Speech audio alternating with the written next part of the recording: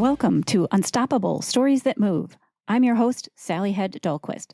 I've traveled all over the world to run marathons and am fascinated by the ordinary people who do extraordinary things. They just won't quit. No matter what life throws at them, they keep going. Mile after mile, challenge after challenge, they find a way to push beyond their limits. So listen as these seemingly normal people share their stories of resilience from the race course and beyond, and inspire us to keep moving forward too. Let's get to it.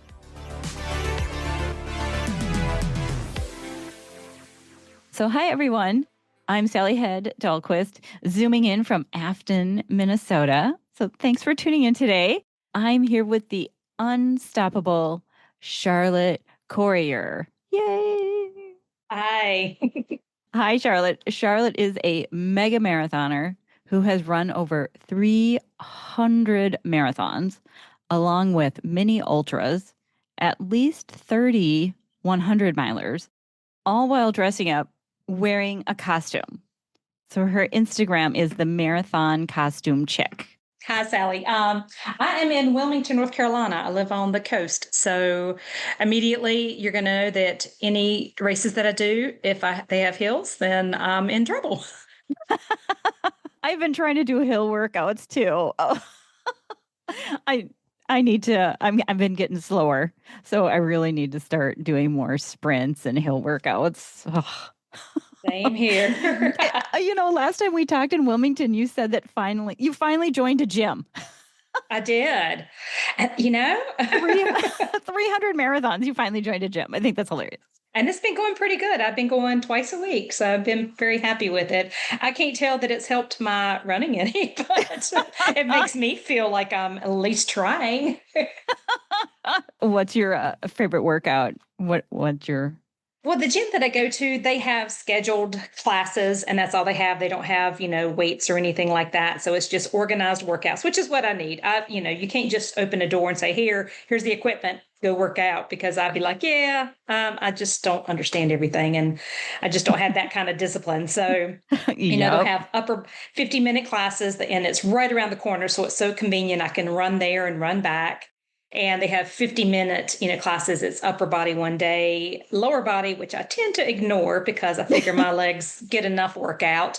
And then like a core and cardio class. So I love that. So it's really good. And I love that they are very understanding. Like if it's race week and I go in, I'm like, hey, I'm racing this weekend. Take it easy on me, or I'm just going to be doing body weight, or I just ran a race. I can barely move. So don't yell at me too much for not going full throttle on some of these workouts. Oh, yeah. I find that aqua aerobics is amazing, especially after a race. Like if a race is a Saturday or Sunday, I try to get a Monday or Tuesday aqua aerobics class, just going in there, jumping around, dancing around in the pool. Really helps me loosen things up. Yeah, that's a good idea. So I've been doing that. Yeah. Otherwise, we just moved to a new house that actually has a pool. I can't believe it. Oh, I'm jealous. Oh, thank you. I'll take that as a compliment. Yeah. So now we've been going in every day, and it's just really fun. So I've been MIA at my aqua aerobics class. I'll have to go more in the winter for sure. So since this is a podcast, we have to describe ourselves, which is always a little awkward.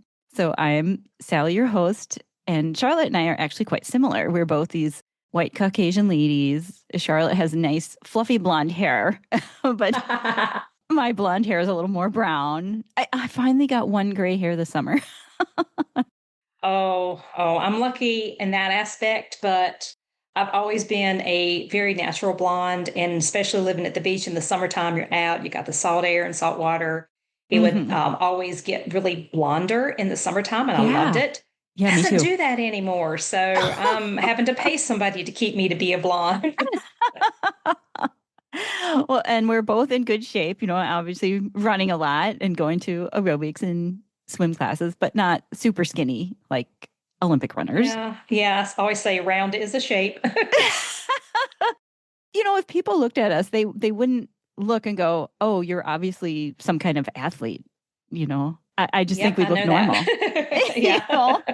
Like I'm not super skinny and stick thin or anything, but we do it. So I I find when I talk to people about running, I never assume like that they don't run or that they're not athletic in some way because you see so many body shapes out there now. And that's what I love. That's what I really love about running and going to races is that it's very inclusive.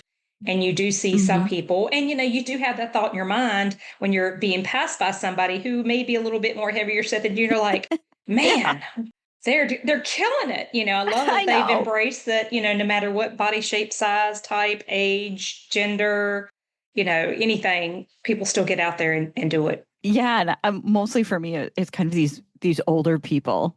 Like if they're hitting 80, you see a couple of those Oh, out I there and they know. I have pass been me. humbled by many, many octogenarians. Yes. It's like I want to be you. Someday I'm going to be you.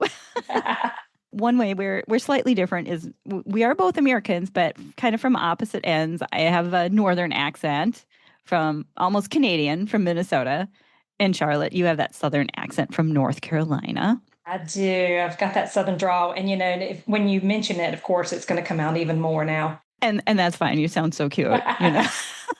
And we're both kind of in our mid 50s. Oh my God, I can't believe I'm that old. Like, how did that happen? Yeah, and it's mid 50s, upper 50s, pushing 60. Oh, and so I was thinking about actresses, who do you kind of remind me of? For me, I'd probably end up being like Puxatawny from Orange is the New Black. Oh, see, I don't watch that, so I don't know the reference, but now Oh, I'm curious. okay. Tamara Manning. She plays this crazy girl who always gets knocked up. I make good decisions. She makes bad decisions. And for you, so I thought we'd start by playing a game. This could go bad or it could be fine.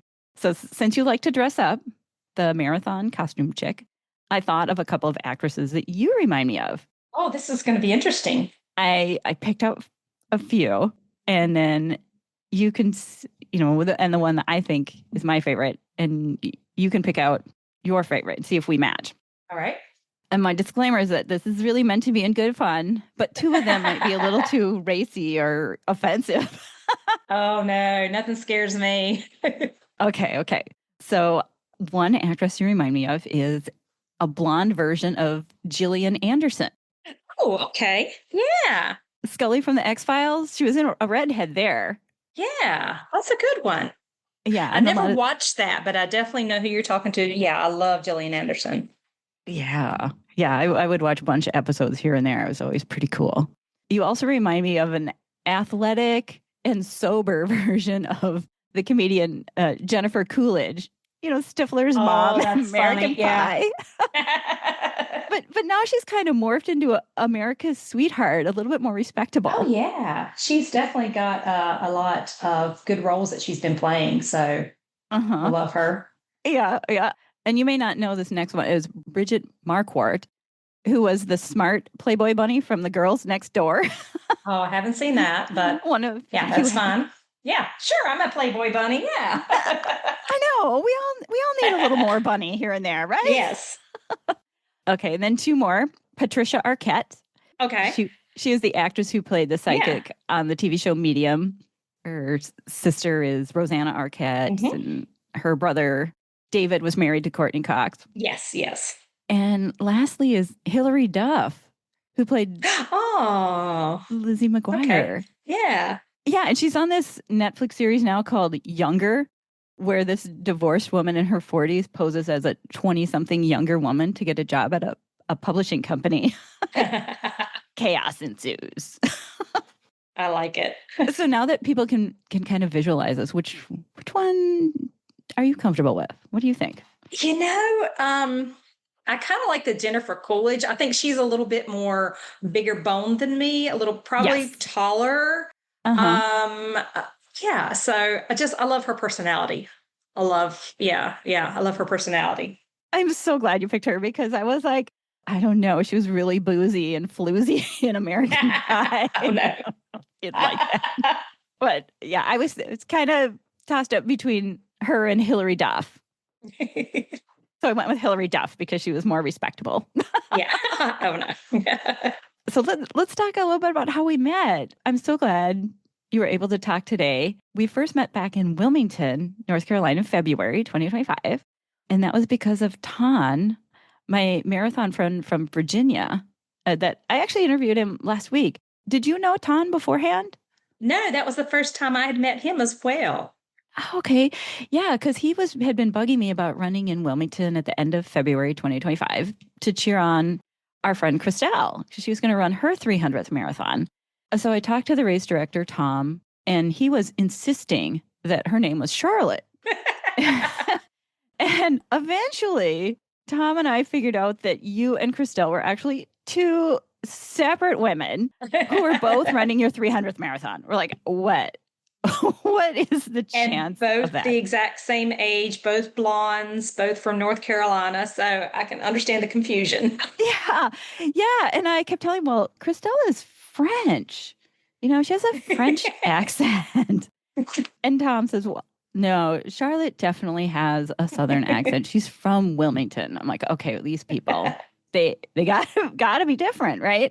And I was just so excited to find this out. And I'd been kicking around this podcast idea, and I had crammed my running schedule with Massachusetts and New Jersey, trying to finish my 50 states. And so I just added that Wilmington race, and I showed up at the last minute with some microphones, my husband Mike as a camera crew, and just went for it. And I was so glad we could make it. So thanks for including us in your big weekend event.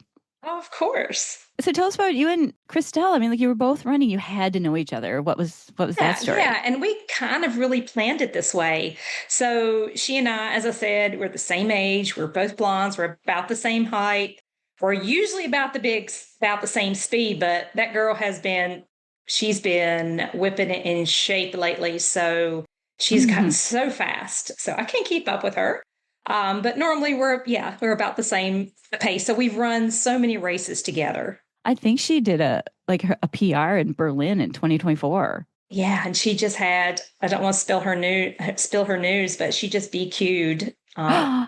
Yeah, last 2 weeks ago, I think it was, at the Jack and Jill downhill. And she's not a social media person, so I just happened to see it on Garmin. We're Garmin buddies, and we try to get each other badges. And like yesterday, she was like, "I need the zombie badge. Can you invite me? Help me get the zombie badge." I'm like, "Yeah." So, I should do that more.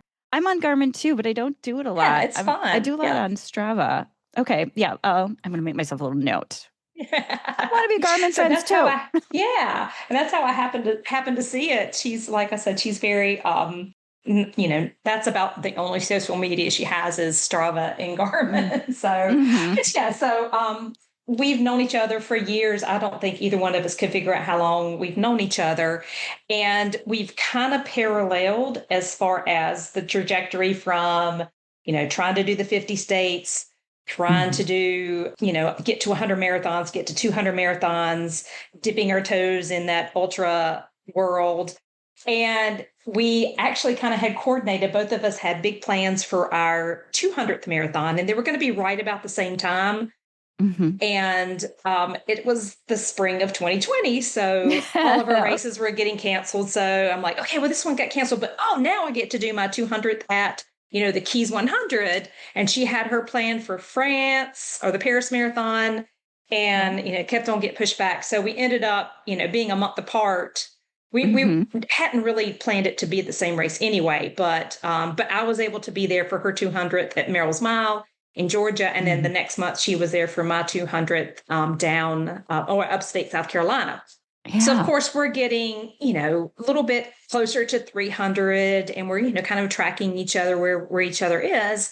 And then I had let it known, a while back, I wanted to do my 300th here in Wilmington. It's the Wilmington Marathon. And I think this was the 15th year. It was previously named Wrightsville Beach Marathon. So I've run it every single year, and hometown race, and just that. And this was actually where my 100th marathon was.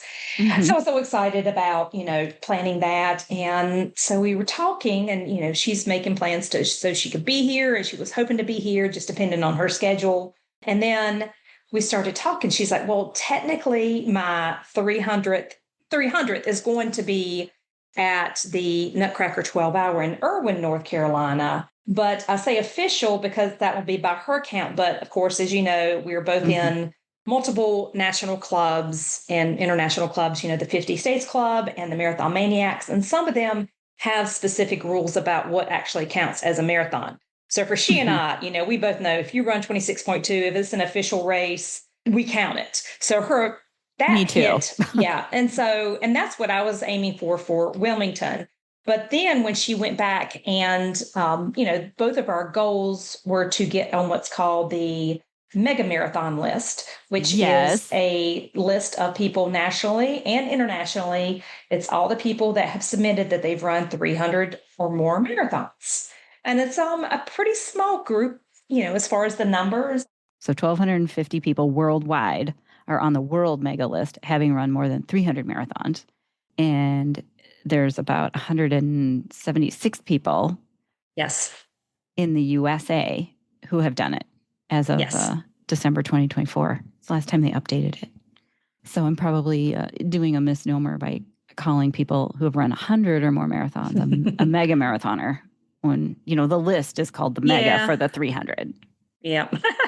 So then there's about 2,000 people on the 100 list for North America, right? Well, yeah, North America, yeah. The 100 Marathon Club of North America has about 2,000 people on it. Yeah. Yeah, I got on that. I got a certificate. Woo! Awesome. I know, it's all about that bling, the medal, the belt buckle. Oh, yeah. Certificate. Oh, yeah. And so because some of her races didn't meet the qualifications, and it could have been anything from the number, sometimes they have these requirements of you have to have so many starters and so many finishers. That way people aren't just like slapping together a marathon to count it, a training run as a marathon. So they can up their numbers. And so she had a couple that didn't count. And so she was able to make her official mega marathon list at the Wilmington Marathon. And I had one that didn't count that group for that qualification. So mine didn't happen until 2 weeks later at Shamrock, but still for me official, my 300. So we were both excited. And, she's like, well, I don't want to crash your party. I'm like, no, the more the merrier. And of course, I am a party planner person, kind of, want to celebrate everything. Yes. So had a lot of people, both of us had a lot of people coming from all over the country and, local friends in North Carolina. And so we just had a blast, coming up with kind of the theme of the party. I had to come up with a costume theme. So of course we bled that over to the theme of the party. And I was a pirate theme. So I had a lot of pirate regalia and made some little pirate flags. And so I also made her nickname is Smiley because she's just, bubbly personality and always smiling no matter how tough the race is.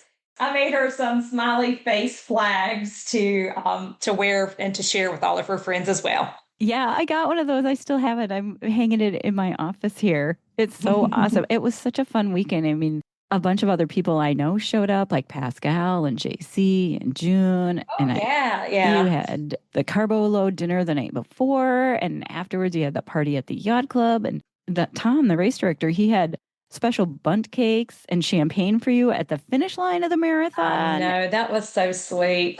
Tom's great. It was just a big, super fun weekend. I'm really happy I was able to be a part of it. And just great. And you guys actually ran with swords. You had your pirate costume. So yes. Tell me, why did you choose pirates for your 300th?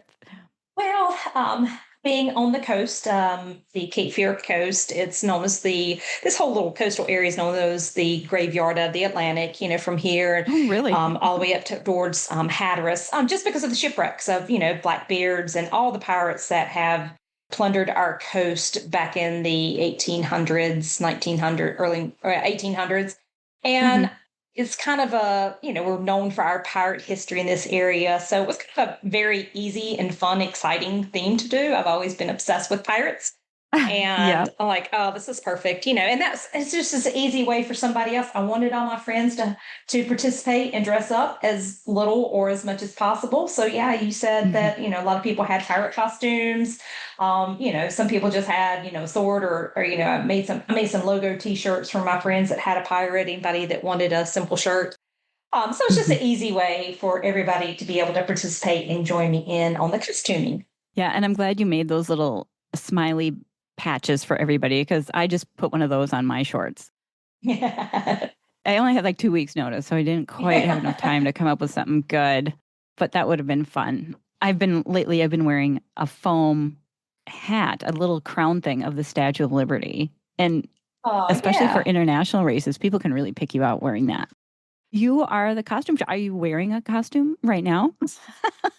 I'm sorry, I am not. I hate to disappoint you. Oh, but you did your hair and makeup and everything for the Just in case we Zoom, were going to be on and camera. Yeah. then I turned off the camera. Oh, That's okay. I have my Wilmington T-shirt on. It was also the 15-year anniversary of their Yes. marathon. Yes, it was.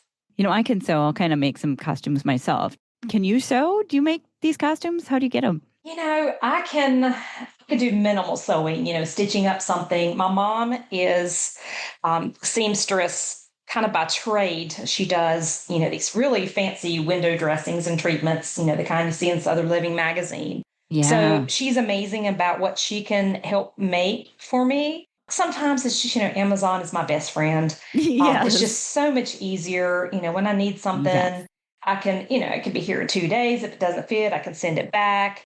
My mom lives, about 4 hours away from me. So sometimes that would be convenient. Okay, now you got to mail it to me and I got to try it on and I'll bring it home over Thanksgiving and we'll try to fix it up.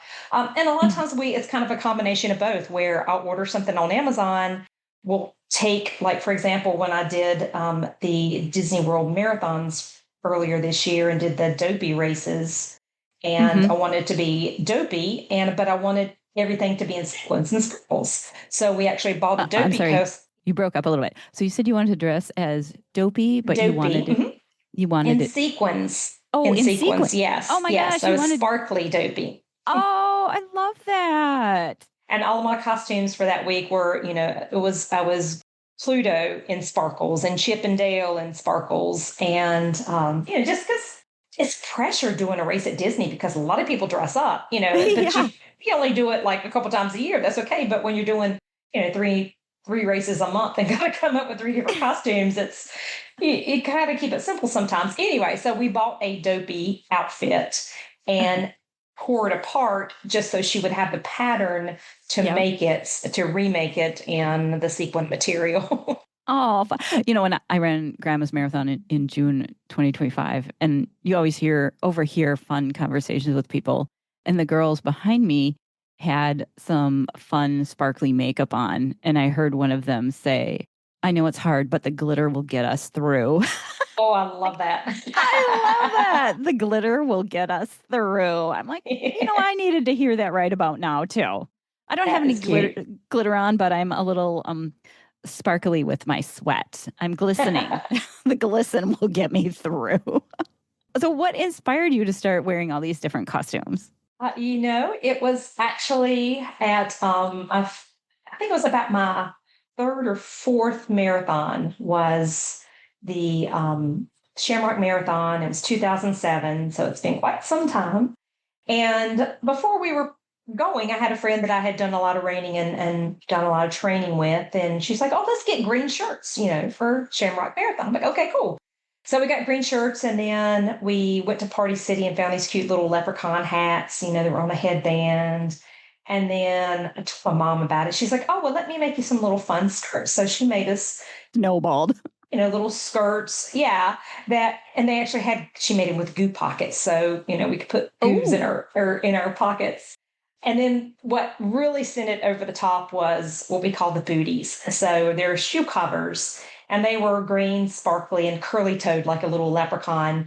It's just kind of, I always like to do kind of one of my sayings is head to toe, start to finish. Whatever I wear, I want to, be head to toe. And leprechauns don't have running shoes. They have little green booties. So just slip right over. They Velcro in the back and elastic underneath. So it just kind of, adds a final touch to the costume.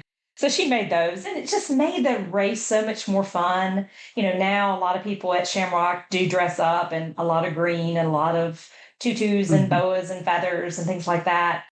But it was probably, outside of other people just having on green shirts that, we were probably the most dressed up. And it just Yeah. made the race so much more fun and interesting. It was a good distraction. We would be feeling kind of low, low point, that not quite the pain cave, but you were pretty pretty exhausted As I said, I think that was just my fourth marathon. So it just really perked us up when somebody would be like, con girls. And so we're Yeah. like, that was kind of fun. That was really kind of fun. And so that was actually where my phrase got coined. I wasn't the one who came up with it, but I have taken over the phrase. We were riding down in the elevator and somebody made a comment about our costumes, and my friend said, "Well, if you can't be fast, be festive." So that has become my motto. I love that. If you can't be fast, be festive. What's your favorite costume? I get asked that a lot, and I still don't have a good solid answer.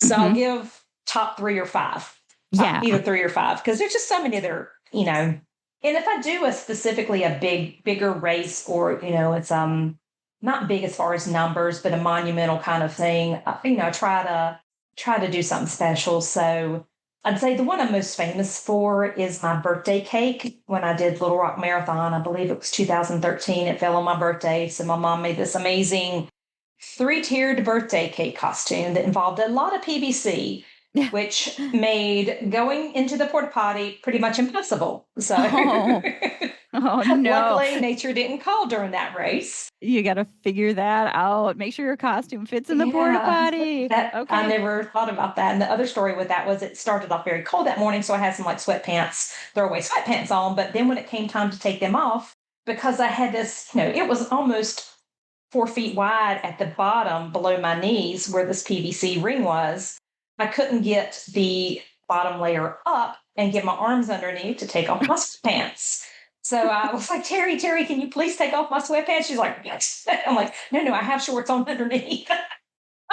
So that's probably one of my favorites. And Oh, mom just did a great job designing that and making it. And then of course my sewing skills were, sewing the icing on it, different ribbons and butterflies and flowers and things like that. So kind of putting the icing on the cake.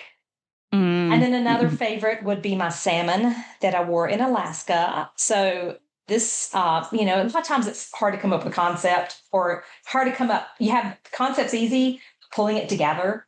Like, how are we going to get this to where, it looks good? So mom made it out of some kind of foam material. And then my sister's an artist, so she painted the salmon and we managed to pull it off.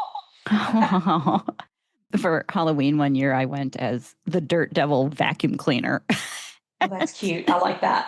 And I had bought these vinyl boots and I ended up spray painting them with red paint. And throughout the evening, they just disintegrated. Speaking of painting, they would not have held Oh, up for a marathon at all. yeah. You got to watch what kind of Yeah. paint you have. And it's so funny because, when people hear about, a race, they'll come, oh, well, you should dress up with this. I'm like, you do remember that I'm running, at least 26 miles in this. And so, yeah, that's a cute idea about being a football player, but that helmet is not going to go for 26 miles. No. Lately, I've been just doing my nails, making my nail polish, Oh, whatever if I had color. nails, I would add that in as well. But now I'm a nail biter. A nail biter. Okay. Yeah. Well, nail biter. Maybe let's get back to your normal life. I know you don't wear costumes at work, and I know you're pretty smart. What's your day job? What do you do? So I've always been in the employee benefits industry. So mostly working for different carriers. So whether it be health insurance, and right now I work for a company that offers dental, vision, life, and disability. So mainly my role is a client manager. So once somebody else goes in and sells the account, then I kind of partner with that group throughout the year, make sure everything's running smoothly, work with them on employee education, make sure they understand our benefits.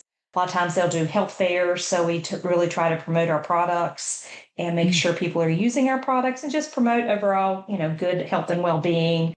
And so it's very flexible. I'm very fortunate that I do work remotely. So if I'm traveling to Mhm. a race, I can leave on Thursday night, you get to where I'm going, and then work from the hotel or a friend's house on Friday before the race. And then, of course, do the race over the weekend. So I'm very fortunate in that aspect. And That. also, I have clients, in different places. Mhm. So I can kind of like, I had some clients in Knoxville, Tennessee. I'm like, I haven't run Mhm. Pistol 100 lately. So let me go run that and go visit clients while I'm there. Yeah, that's what I did. I scheduled some client visits in Wisconsin to coincide with the Madison Marathon. I'm like, and that is nice. One aspect of the remote working that you can get there an extra day beforehand to, make sure you get there. It's important to get to that start line.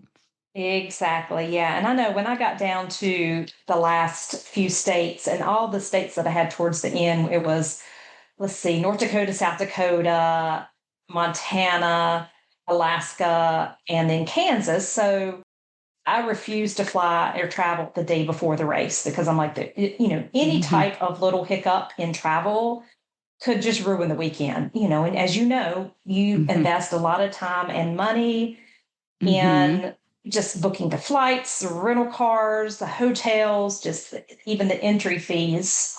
It really adds up. And, you try to do it Hmm. on a budget as much as possible. And, just one little snafu like that could cause a problem. So I started traveling 2 days before, at least 2 days before. And my goal with doing the 50 states was, I had not been to all 50 states. So I was not one to fly into a state, just run the race and leave. If I've never been there, I always managed to try to find some touristy things to do. If I'd been to Hmm. the state before, if it was something close, I, wouldn't worry about that. But my other motto that I used at one point was seeing America 26.2 miles at a time. Oh, yeah. Okay, seeing America 26.2 miles at a time. I love that. Yeah, I'm one state away. I'm going to finish my West Virginia Oh, in just 2 weeks. We're doing oh, Davis, that's West Virginia. exciting. How Moonlight on the exciting. Falls. Congratulations. Yeah. Thank you. Thank you. Since it's a night race, starts at 10 p.m. Oh, I'm going fun. to reuse some of my costume I ran for the ET marathon, the extraterrestrial Oh, marathon in yeah. Nevada, which was also at night. So I had an ET headband, that lights up, and then Oh, I some can't wait to alien see. lights. Yeah, I got to sew on some glow in the dark reflectors on my shirt and stuff. And then I got to figure out how to sew on a number 50, incorporate that into my outfit somehow. Yeah. Yeah, and you also suggested that you use this app called Roadside America. So I've downloaded that Yes. so you can That stop is and see the just, sights. it is, it's exciting. And it's like, I think it's like $6 to buy the whole country. You can get one section for free or something. Mm-hmm. Anyway, I discovered it a long time ago. And it's, just those random things on the side of the road that like you've always heard of the biggest ball of twine or the largest frying pan or something like that. But this is like, very similar kind of thing where you pull it up Yep. and it finds your location and it kind of shows you, oh, the next exit you can see this. So when we did I did Missoula Marathon, but on the way up to after that we went into Glacier National Park and there was this thing called the Land of a Thousand Buddhas, and it was literally Hmm. on the side of the road. It was kind of tucked back out a couple roads.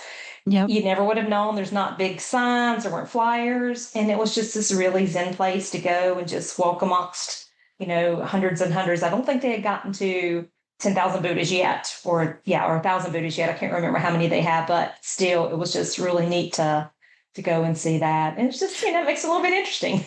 Yeah. Were they all different Buddhas, like from There different were different places? kinds. Yeah, well, they were somewhat arranged and it was more like a garden kind of area. And so they had like a whole big circle of the same kind of Buddhas and every so often they'd have, different cut, shape sizes and things like that. So you ought to Google it. It's just a really neat place to go visit. I'll have to check that out. Yeah, when we went to Everest, Nepal, and India in October Oh, 2023, wow. and got to you fly into Kathmandu, and there's this huge statue. This is the birthplace of Buddha. It's really funny between India and Nepal. They both fight over the Buddha. Where's he from? And then the Ganges too. So according to geography, the Ganges River starts in Nepal. It's pretty cut and dry. But India Right. has the spiritual origins of the Ganges. They just always have this border war. It seems they both want to Yeah. claim the Buddha.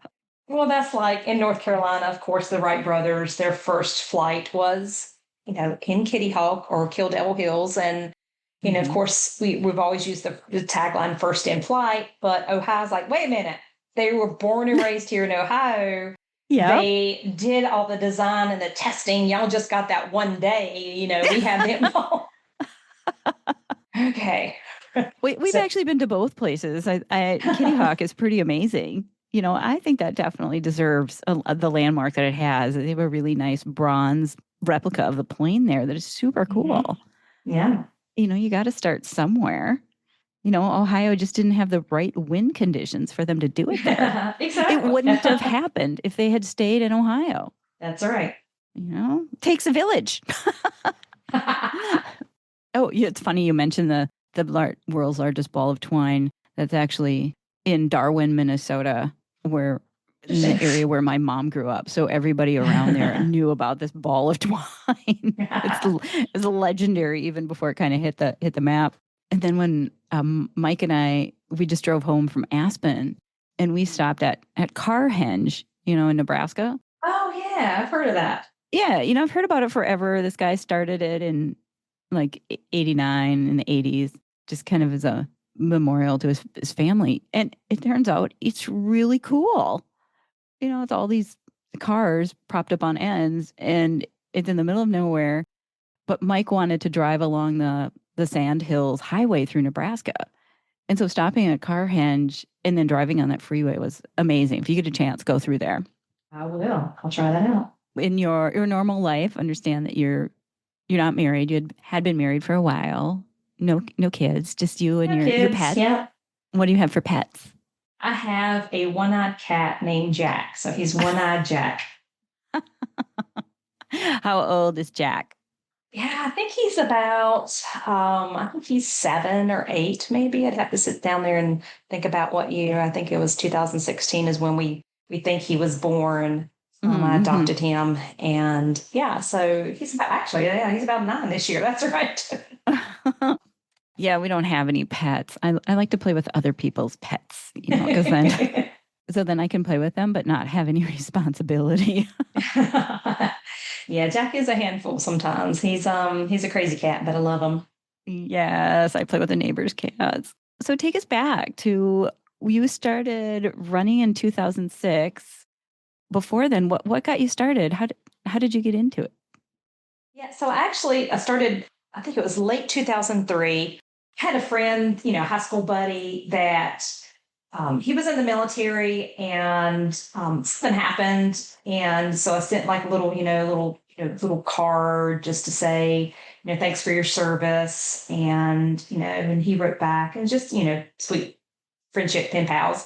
And at one point, then of course, we're exchanging emails and just catching up on, local hometown gossip. And he's like, "Oh, I'll send you a picture." I'm like, I went to look at my pictures. I'm like, ooh, ooh. Oh, no, not sending that picture. Oh, my goodness. So I'm like, you know what? I think I was like 35, 36 at the time. I'm like, if I'm not happy with how I feel like I look, then like, yeah, I've got to do something. So I actually lived on a boat at the time. So I found this tiny little area in my boat that I could do some little stretches and little movements. Denise Austin used to have this 30-minute exercise on Lifetime TV in the morning. So I started doing that, started losing some weight, just that and eating healthier. And then I actually finally got the nerve to go up to the clubhouse, and I got addicted to the Billy Banks Tabo. So I was doing those tapes up in the clubhouse, and, managed to lose some weight. And where I lived at Wrightsville Beach, there was the loop right across the street. So it was 2.5-mile loop around the beach. And, a lot of people are out there all the time, running, walking, riding bikes. So when it got nicer weather, I'm like, oh, well, let me just, see about walking out there with a friend. But then I'm like, I see some people running. And actually one time I was somewhere in a winter month and went outside to go walk. I'm like, oh, it's cold. So I kind of like started jogging a little bit just to keep warm. I'm like, oh, that wasn't that bad. And I'd broken my foot a while back. So I was a little afraid that I wouldn't be able to run. But then when it warmed up and I started hitting the loop, I'm like, okay. Well, and then I just found it was, when I travel for my job, it's, it was hard to get Lifetime TV or, have access to, this was before, all the YouTube channels and, where you can get a workout on demand anywhere. So I'm like, oh, well, running seems to be something that I can do when I travel for vacation, when I travel for work. So, as soon as you say that, oh, I'm going to go out for a run. Oh, you're a runner. Oh, well, I'm going to do this 5K. Do you enjoy me? I'm like, I don't know about that. Uh-huh. But, sure enough, as soon as you sign up for your first 5K and then you're like, oh, well, 10K. And then next thing you know, it's 100 milers. Well, that took a little bit longer than that story did. 19 years, right? You've been running for 19 years now. Yeah. Yeah, actually just 20 years this January will be the 20th anniversary of my first marathon at Disney World. So I'm going to go back and run that Oh, race again. oh, that's exciting. Well, I know that actually is fairly common that people see a picture of themselves, usually like a picture of themselves at a wedding, and they go, "Wow, I am somehow a lot bigger than I used to be." And it just you kind of have this shake up moment and go, I need to get in shape. I'm not feeling as good as I used to. I can't do things like I used to. And exactly that, I want a future where I'm healthier, where I can still do things and stay Exactly. Yeah. active. And if I'm feeling tired now, I'm going to be even worse later on. So I'm glad you got started. Glad you decided you wanted to be healthier. And since then, tell us your stats. Okay, so you started your first one was January 2026 at Disney World. You've been running for 19 years. I knew you got hooked on this training where you knew you were going to be doing a lot more races. And now you're over 300. What are your numbers? I'm at 307 marathons, and that's including marathons and ultras. Mm-hmm. If you break out the ultras, I think it's 127 of those are ultras. So anything longer than marathon. So typically, 50K is usually the next distance after a marathon. Or, sometimes you can Mm-hmm. have a 12-hour race where you run more than marathon, but not quite 31 Mm-hmm. miles. So, I still count that as ultra because it's over a marathon. So Yep. 127 ultras. How many 100 milers have you done? I just finished my 35th a couple weeks ago in Georgia. Wow, that's amazing. And I know you told me last time your new goal was you want to get to 100 of the 100 milers. And right now there's only about 100 people that have done that. Oh, and I think for the mega list, the 300 or more marathons, I think Mm-hmm. that's only like 300 people too. It's not too many. There's a lot of Yeah. people on that 50 state list, but yeah, once you hit the 300 or do them 100 by 100, there's only 100 people there. Yeah. Yeah. So, that kind of like once you hit, of course, most people have the goal of doing 50 states and hitting 100 marathons. And, after that, everybody, well, what's next? And so that's kind of when I got It's into the ultras, well, what's next? Okay. Well, I'm going to run ultras. uh-huh. And, was looking for that 300 mega list. And then when I hit that, I knew that it was going to be, okay, what's next? And for a while, I had the kind of the goal of, let's see, 50 states by 50s by the time I turned 50. And I Mm-hmm. missed that. I missed it only by a month, only because I wanted to hit it at a specific race. So I could have done Yeah. that race, a different race in Kansas, but I wanted to finish that one that was a month after my 50th birthday. So I still count that. Yeah. And then I kind of jokingly said, I want to get my 6 stars by 60 and my 7 continents Oh, by 70. oh, that's a great way to do it. Yeah. But then I was looking at, with the 6 stars, it's more about, it's the financial aspect of it, Yes. because most of them, they're hard to get into. So you either have to join clubs that have tours built into them, companies that Mm-hmm. put together tours and, have guaranteed entries into the race. And of course, some of them are just so hard to get into. And like Boston, if you don't Yeah. qualify with your time, then you have to do fundraising. And I've done a lot of fundraising in my life, but that's just, I think the minimum is a lot of them are like $10,000. And I'm like, Yeah. I just don't see that as being, I love fundraising, but I just, was a little, struggling with that. And then of course the 7 continents, Antarctica, quite expensive to do. If I had an unlimited budget, I would do the 7 in 7 challenge, which is Oh, when you you do. would. I would love to do that, but Oh, that's just like I think it's $40,000 to $50,000. It's yeah. 7 marathons on 7 continents in 7 days, so it is just like extremely organized logistic nightmare that somebody manages to pull off, especially with Hmm. Antarctica, because there's just this very small weather window to get Yep. there. And I would love to do something like that. But, just like that's just a lot of money. Yes. And I just can't, I would rather do quantity of races over those quality, those high Hmm. budget, high numbers, the big ones, the ones that you get the 6 stars with. So, Boston Yeah. and London and Berlin and Tokyo. So I'm like, yeah, I'm just happy doing my little local stuff. And then of course I heard about the 100 Club. And as you said, I think they're cracking on about 100 people. I think, can't remember, somebody else hit it recently, and I can't remember if they were in the upper 80s or if they were number 90, but and probably by the time I get to that, because I'm at 35 now, and that took me, I think I started running ultras in 2000. Well, I did one in 2015, but I really didn't start running 100 milers until 2018. So it's been 7 years, and I managed to get 35 in 7 years. Hmm. Trying to do more 100s now and less number of races, because they do require a little bit more recovery time.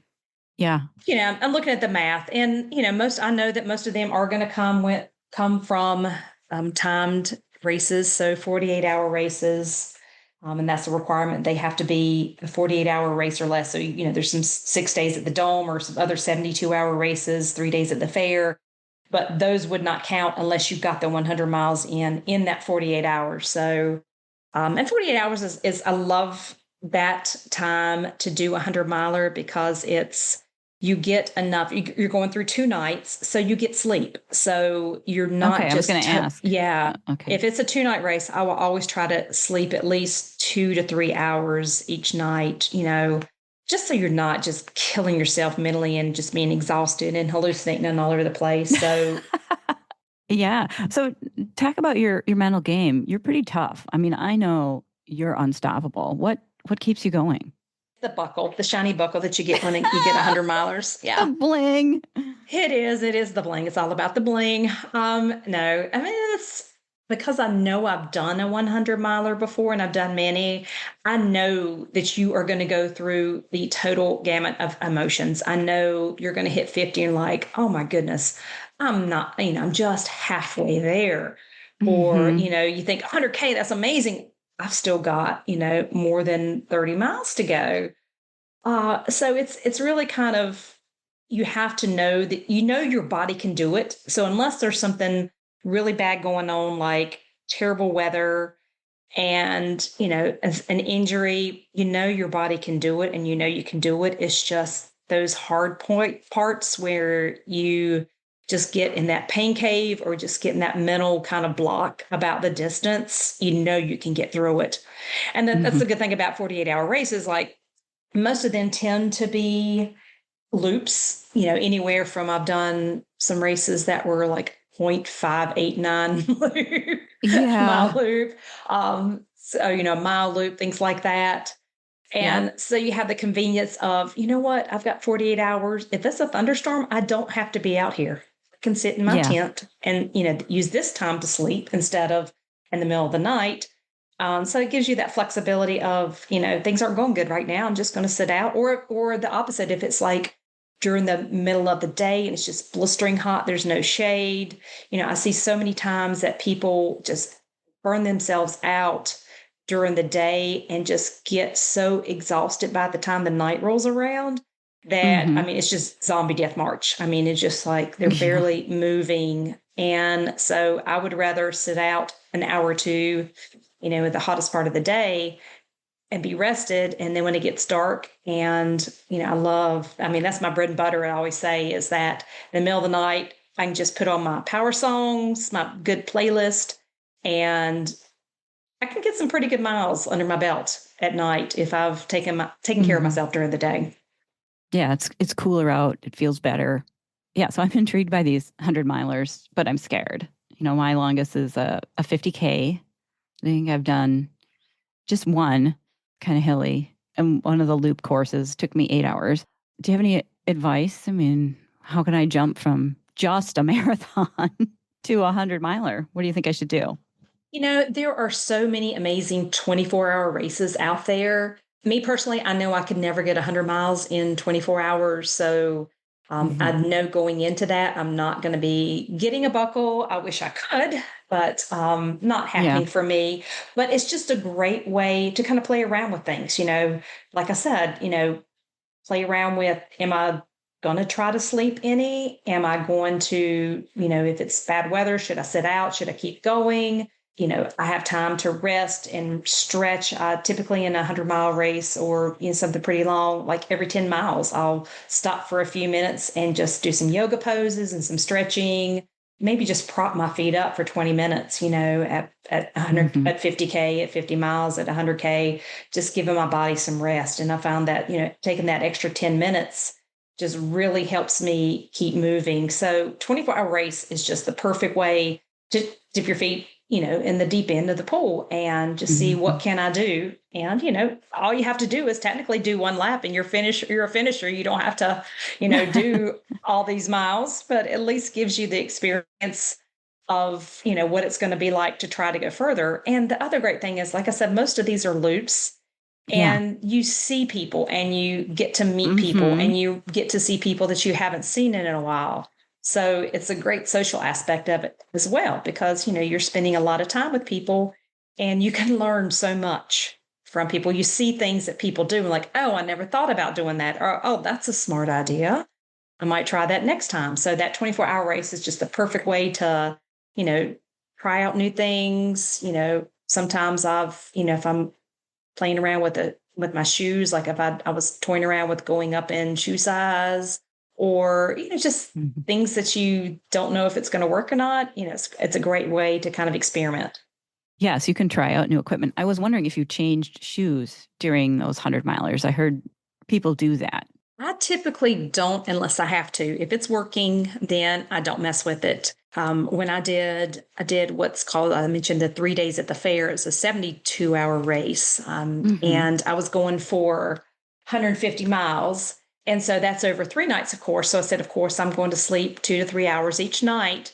But when I went to go lay down, like everything was working. Like I wasn't Yeah. having any problem with my socks or my shoes, or, wasn't having any chafe from my sports bra. So I'm like, if it's it's not working, I'm going to leave it all the same. So I ran that entire 151 miles in the same shoes, in the same socks, in the same outfit. And I think I did take my shoes off one night when I went to sleep, just because at first Hmm. I was a little worried, if I take my shoes off, are they going to swell? And then if I try to put them back on, is that going Yeah. to be tough? But then I think the second or third night I did take the shoes off just to, again, let my feet relax a little bit and I can massage them a little bit better. Yeah. So, I mean, but if it's raining and my shoes get absolutely soaking wet, socks get wet, then yeah, I'm probably going to change. But some people will go up in size, go up a half size towards the latter part of a race. Some people swear by, changing your socks very often. And, it feels really great to have on fresh, clean, new dry clothes. Hmm. Even if it's not raining, you're going to be sweating and you're going to be getting wet Yeah. most points in a warm race. So, sometimes a change of clothes feels really good, but sometimes I'm like, if it's working, don't mess with it. Yeah. Is there some special gear or lube or anything you started using that's been kind of a game changer for you? Well, one thing that's really important is taking care of your feet, because they are the body part that's getting the most trauma and stress to it. So Hmm. I'm really particular about taping up my feet. Oh, There's a great book called Fixing Your Feet, and it's like their ultra runner's Bible that talks about, calluses and toe triangles and blisters and things like that. So it's a great resource for learning about, how to take care of your feet, because that is one thing that can absolutely ruin a race is, if your feet start hurting. So, it is a mhm. lot of experimenting. So, I use some certain band-aids, hydrochloride band-aids that I use in the spots that I know typically I may get a blister. And Mhm. then, sometimes my sports bra starts to rub. So I Yeah. always just, yeah, pre-tape with, use that KT tape and just go ahead and put the tape on. So it, don't have to worry about that. Wait a minute. You put Mhm. KT tape on your skin where the Yes. the strap is? No, it's on the front, Ah. like right under. right under my chest on the front where the Yeah, run is, because the that's where band. it chafes me. Yeah, that's where it chafes me. So Oh, I never thought about using yeah. KT tape. Okay. Yeah, I just lube it up with a lot of Vaseline. Yeah, and that's, for shorter distances that works, but for 100 miles, especially if you're changing clothes and doing a lot of other things and you're sweating a lot, or if it's raining, and Mm-hmm. KT tape's just it's magic. So go through a lot of that, and then of course, lube is a runner's best friend. So there's a Yes. lot of a lot of brands. I really love the Salty Britches brand. Oh.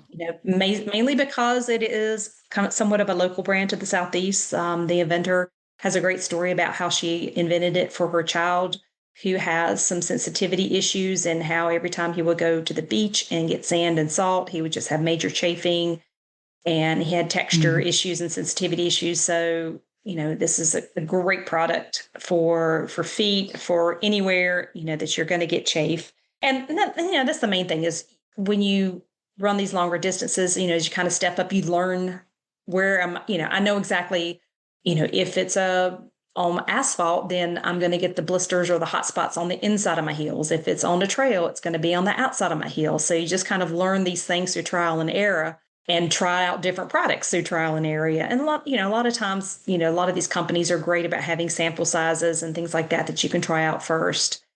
And so, it's Mm-hmm. just, and I know it was like one of the things I discovered a while back. And this, when Christelle and I were running the Yeti 100 one year, and it was nicknamed the Wetty Yeti because it was just terrible, terrible rain. It was the end of a tropical storm. Mm-hmm. I ended up falling very early on in the race and had to drop out because I had to go get medical care because of the nature of the Virginia Creeper Trail, rails to trails. So it's a lot of like cinders and soot from old trains, and just it was pretty bad to where I needed to go get some medical attention.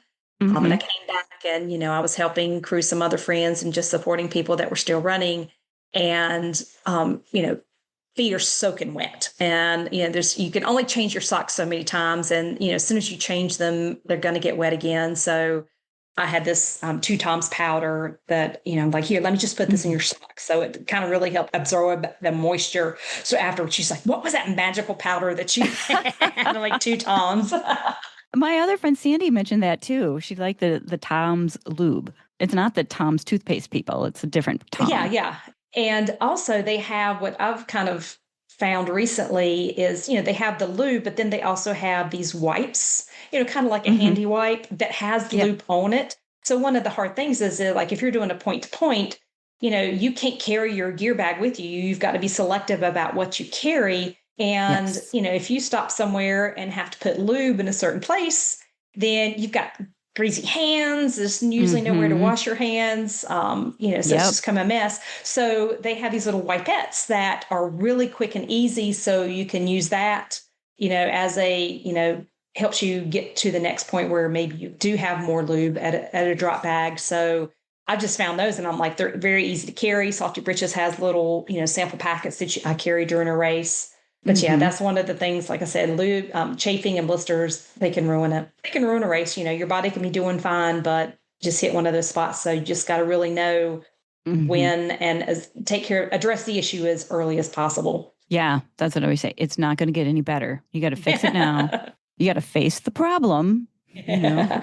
Although I am known for, a lot of times late in a race, there'll be times where absolutely you don't even feel it starting, but you're like, wow, that was a blister. It just popped, or it just popped up, Oh no, yeah. and so everybody's immediate response is, oh my gosh, I got to stop. I got to take my shoe off. I got to drain the blister. I got to tape it up. And I've learned that a lot of times, just give it a little bit of time. Sometimes, maybe half mile or so, you just let it kind of settle in, because the Mm-hmm. blister is just liquid. It can just kind of move around, and kind of find its little pocket to hang out in until you can take care of it. And so a lot of times I'm like, okay, blister, I hear you, but we're going to Uh-huh. wait. We're going to talk later, but, let's just get through this next section or this next mile. And, I'd say about 75% of the time, it just kind of manages to work its way. And I don't have to take my shoe off because, once you take your shoe off, and you're like, oh, well, there's another spot. I got to take care of it. So, Yeah. Oh. Do you get blisters on the marathon distance, or how many miles does it take before you start getting them? It's so funny because I used to not get blisters in a marathon. I get more hot spots, and so like I said, I Mhm. always pre-tape my feet. So typically, I know where to go ahead and put the tape that I don't have to worry about that in the marathon distance now. Okay. Yeah, I've only gotten a blister one time in a marathon, and that was the very first marathon I ran. And I had put wrapped band-aids around my toes and stuff to protect them. But ironically, having the band-aid made it worse. And so since then I've just lubed up a lot with Vaseline on my toes. Let me tell you about a blister story real quick if you have time. So Oh, at yeah, yeah. Hatfield and McCoy, like 2009, I got a Oh. big, huge blister on the side of my foot. And there's two different schools of this. People like you got to pop it, you got to tape it, and I'm like afterwards, I'm like the juice is there to protect your raw skin. So I'm not one to pop a blister. Even after a race, I will let it heal and let that raw skin Mhm. kind of heal up some. And so I had this pretty, really ugly blister, and it was kind of a pinkish, kind of a blood blisterish. Yeah. And my friend's like, pop it, pop it. I'm like, no. No. And so No. finally we were sitting around one day and they're like, okay, I'll buy you a beer if you pop it. I'm like, okay. Oh. I pop it and we take a video of it because it's funny because it's like squirting. I have the napkin and it's like, it's Oh. maybe, yeah, we'll learn ultra runners. There's no such thing as TMI. We'll share any kind of story about bodily functions and fluids. So Yes. we're squirting the juice out of the big blister and kind of writing my Oh. name in the napkin. Well, Oh. yeah. So like a year or two later, I'm getting a new phone or I'm trying to clear out my phone. So I'm like, oh, I got it. This is a long video on my phone. So I uploaded it to YouTube just to get it, to save it somewhere. And then totally forgot about this. So maybe 5 or so years ago, I just happened to be back on my YouTube page and was looking for organizing all these things that I tossed. I was kind of organizing them in folders. Mhm. Do you know how many people watched my blister popping video? No. 45,000 freaks out there wanted to Wow. see me pop a blister. Okay, I'm gonna have to link to that. That is really Yes, funny. I was Oh. shocked. I'm like 45,000 people. Oh. To start my my blisters only fan page to fund some of my running. Yeah. Yeah. Maybe you could. Well, that's kind of my conclusion of trying to figure out how to raise money for my charity project. I'm intimidated by Boston as well because I've heard you got to raise $8,000 to $10,000. I'm like, well, can I kind of use my charity as part of that fundraising? Maybe I don't know. I got to look into that. But it's funny you say, you talk to your blister. Yeah, I do that. I talk to my feet. I talk to my knees. I thank my toes a lot. They're very much Hmm. appreciated. Yeah. So I guess we should probably wrap it up. Is there anything else you wanted to add? No, I just, kind of as we talked about earlier, the thing that I really love about running is just the community. It's the people that you meet, the stories that you hear. Hmm. People are so inspirational, coming back Yes. from all kinds of injuries and, just things in life. And they found their safe haven in running. And I get really Mm. emotional. I'm getting teary eyed just talking about it, thinking about, over the years that how many people I've met through running. And the thing is, I think the reason that I value these friendships so much is just because, typically you're dealing with people that are positive and have good Hmm. attitudes and are generally happy people. But we all Hmm. know that shit happens and things go bad, whether it be in Yeah. life or in a race. And, running kind of teaches us how to overcome those struggles. And, this too shall pass. And I'm going to get through this mile, no matter how Hmm. uncomfortable it is or how painful it is. And you always have races, you've got a Hmm. community there, and that's the thing I love about ultras is that they're you know smaller races. You get to know more people, tight knit. You a lot of times you never feel like you're alone. If you know Hmm. struggling, you're like, oh well, I'm just going to sit here and wait on Rhonda to come by, and I'll do the next lap with her, or Oh. I'll walk with her a little bit. And just walking with the people, like I said, there's so many gentlemen Hmm. out there, ladies that are in their 80s, and just spending Yeah. time. Don't worry about clicking off the miles, just spend some time with them and hear their stories. Was that Rhonda who from the DC area who got a black eye in Antarctica? No. Oh my goodness. I didn't heard that. I don't know who that is, but Oh, no. okay. Okay. Rhonda's my 100-mile ultra running buddy. So Oh, okay. Okay. Yeah. Because when we were in Antarctica, this older lady, Rhonda, who's in her 70s, this was her second time trying Antarctica because the first time she sprained her ankle during the race. So she's coming back. She's going to Antarctica, take two. oh my And at some goodness. point, she slips in the mud, falls down, and gets a black eye. And she just No. looks like a Oh. raccoon. And there was another woman, too, who did the same thing. So there were two of them that had black eyes. And eventually, Rhonda starts leaning. She progressively starts leaning more and more and more. But she finished in like 8 Oh, hours. that's great. So glad she did. Yeah. Yeah. This community that you're never alone. You're right. You just kind of wait for someone else to come along and help you out. Yeah, we always kind of joke that, if you're and there's absolutely nothing with traditional road running marathons, and there's still several that I do every year.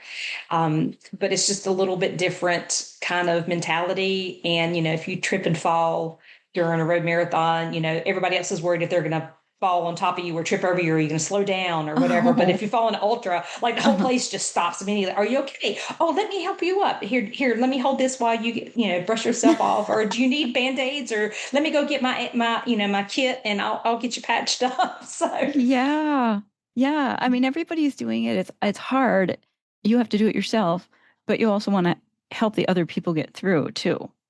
exactly. And I just wish more people would see, when we talk about the distances that we run, and the 50K is only 5 more miles than a Yeah. marathon. And I Yeah. know when you're finishing a marathon, you sit there and think, oh, there's no way I can run 5 more miles. But if you slow down a little bit, instead of running a 4-hour marathon, then maybe try to do it in 5 hours, and then, tack on 5 more miles. And just, getting people to Yeah. see that is not the distances is not as intimidating as it sounds. Start off with Right. these timed races. There's lots of even like 6-12 hour races out there. So there's so many different formats, locations, all times of years, all throughout the year. There's races everywhere that, it's just getting people to see that, it sounds intimidating, but it's not. It's very Yep. achievable. Yep. See, this is how I can tell that you're one of these crazy people. My unstoppable podcast. Who are these crazy people and why do they run so much? It's like people who don't run don't understand that. And I do remember when 3 miles was hard.